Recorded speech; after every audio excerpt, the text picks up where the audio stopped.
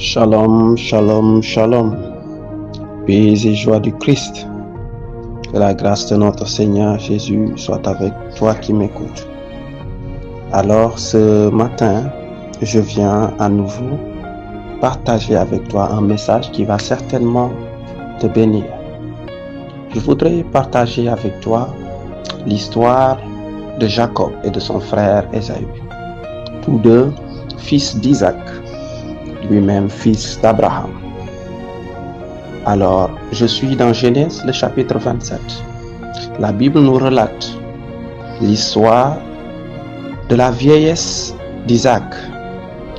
Et lorsqu'il était vieux, lorsque ses yeux faiblissaient au point où il ne voyait plus, et sachant que son heure était proche, Isaac fit venir son fils aîné, qui avait l'habitude d'aller à la chasse, de prendre des gibiers et de lui préparer ses mets préférés.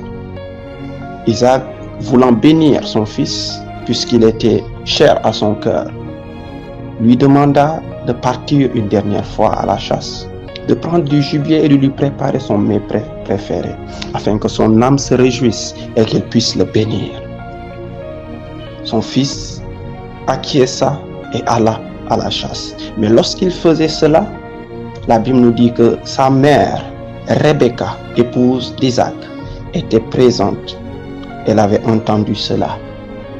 Et elle, qui avait reçu la prophétie que l'Éternel lui avait adressée depuis qu'elle était enceinte des deux frères, d'Isaac et de Jacob, la Bible nous dit qu'elle était partie consulter l'Éternel. Et l'Éternel lui avait fait savoir qu'il y a deux nations qui se combattaient dans ses entrailles, mais que le plus jeune dominera sur l'aîné. Quand elle a entendu cela, elle s'est souvenue de cette prophétie. Et elle a compris que dans l'ordre des choses, c'est le cadet, en l'occurrence Jacob, qui devait recevoir cette bénédiction selon la volonté de Dieu. Alors, elle a fait appel à son fils cadet Jacob. Elle lui a demandé d'aller au troupeau, de prendre 2 chevreaux et de le lui apporter, afin qu'elle prépare le mets préféré de son père et que Jacob puisse usurper l'identité de son frère aîné et recevoir la bénédiction. La Bible nous dit que Jacob a agi ainsi également. Jacob est parti prendre ses chevreaux, les a tués et les a apportés à sa mère qui a préparé cela. Et Jacob, sachant que physiquement il ne ressemblait pas à son frère, interpella sa mère, mais sa mère trouva solution. Sa mère le déguisa afin qu'il ressemble au frère aîné, en l'occurrence Ésaü. Elle prit la peau de la bête et couvrit les mains de Jacob, couvrit son cou, afin qu'il ait l'apparence de quelqu'un de velu, tel que son frère aîné. Ensuite, elle ne s'arrêta pas là. Elle prit également des vêtements qui appartenaient au fils aîné, en l'occurrence Ésaü, et les fit porter à son fils cadet. Et ensuite, il se présenta devant le père et lui apporta le mets. Le père sentit dans la voix et eut des doutes qu'il ne s'agissait pas de son fils. Mais pour vérifier, demanda à Jacob de s'approcher. Quand il toucha ses mains, il sentit les poils de la peau de l'animal et il crut que c'était son fils aîné. Il mangea. Et ensuite, pour vérifier à nouveau, il demanda à Jacob de le prendre dans ses bras, de lui faire un baiser. Et quand Jacob le fit, il sentit l'odeur. Mais puisque Jacob portait les vêtements de son frère, il sentit l'odeur du frère aîné. Et ainsi donc, il dit, voici mon fils a l'odeur d'un champ que l'Éternel a béni. Et lui bénit maintenant le fils. C'est ainsi que Jacob est rentré dans sa destinée, recevant la bénédiction. Et c'est lui qui est entré dans l'alliance pour devenir par la suite Israël. Bien-aimé, tout comme Jacob a eu besoin de l'intervention d'une mère sage, d'une mère qui était à l'écoute de la voix prophétique de l'Éternel pour conduire son fils et l'aider à entrer dans sa destinée, l'aider à entrer dans l'alliance avec le Père, l'aider à recevoir la bénédiction générationnelle qui jusqu'à aujourd'hui demeure sur sa postérité.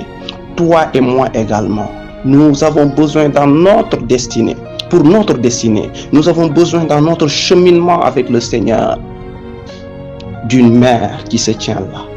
Une mère qui est à l'écoute de la volonté du Père. Une mère qui est à l'écoute de la voix prophétique du Père pour chacun d'entre nous, pour notre destinée, et qui nous montre la voie, qui nous aide à nous présenter devant le Père et à recevoir la bénédiction. Oui, parce que la révélation que nous donne ce passage, c'est que toi et moi, nous ne pouvons pas nous présenter devant le Père tel que nous sommes, parce que nous ne sommes pas agréables à Dieu. Nous avons besoin d'être revêtus de l'image et de la ressemblance du Fils aîné, qui est Jésus-Christ de Nazareth, lui qui a trouvé grâce aux yeux du Père, lui qui est agréable au Père. Il nous faut lui être semblable afin de pouvoir recevoir la bénédiction. Et c'est en cela que tu as besoin d'une mère qui connaît le Fils aîné pour t'aider à revêtir l'image du Fils aîné. Si tu veux ressembler à Jésus-Christ, tu as besoin de Marie qui l'a porté en elle afin qu'elle t'aide à lui ressembler, afin qu'elle t'aide à te revêtir de ses revêtements de justice, de sainteté, de pureté pour être agréable au Père.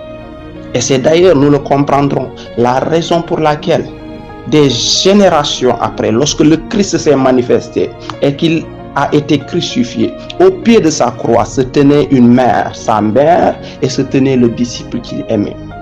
Et ce que le Christ a dit à Jésus dans ces moments de combat spirituel, dans ces moments d'intense spiritualité, il a regardé ce disciple qu'il aimait et lui a dit: voici ta mère. Et la Bible nous dit que dès lors, ce disciple prit Marie chez lui. Et nous verrons par la suite que ce disciple a basculé dans une dimension hautement prophétique, une dimension hautement mystique. Et c'est la raison pour laquelle nous lui devons le dernier livre de la Bible, le livre des révélations. Je veux parler de l'Apocalypse. C'est à lui que le Seigneur s'est révélé dans sa gloire éternelle. Et lui-même ne l'a pas reconnu. Et il lui a dit: je suis l'alpha et l'oméga. Parce qu'il était entré dans cette dimension mystique. Parce qu'il avait pris Marie chez lui. Parce qu'il avait pris cette mère à ses côtés. Et cette mère qui captait la volonté du Père. Cette mère qui s'était abandonnée à l'Éternel totalement, qui s'était offert à lui, qui lui avait offert sa jeunesse, sa virginité et sa vie, afin que par lui, l'Éternel puisse prendre chair et venir sur terre. Cette mère lui a révélé les voies. Cette mère lui a montré le chemin par lequel passer pour entrer dans l'alliance, être au contact de l'arche, tout comme Jacob a porté les vêtements d'Isaü, son frère aîné. Toi et moi également, nous avons besoin de porter les vêtements de Jésus-Christ afin d'entrer dans la présence du Père, afin de recevoir sa bénédiction et de jouir de son alliance. Alors ma prière pour toi aujourd'hui, c'est que l'Éternel ouvre ton intelligence, afin que tu connaisses la place de Marie, ta mère, dans ta vie. Parce que tout comme Jacob a eu besoin de sa mère pour entrer dans sa destinée prophétique, tu as également besoin de cette mère à tes côtés pour entrer dans l'accomplissement de ta destinée prophétique et entrer en alliance avec l'Éternel Dieu des armées. Que Dieu te bénisse et qu'il nous prenne en grâce. Shalom, shalom.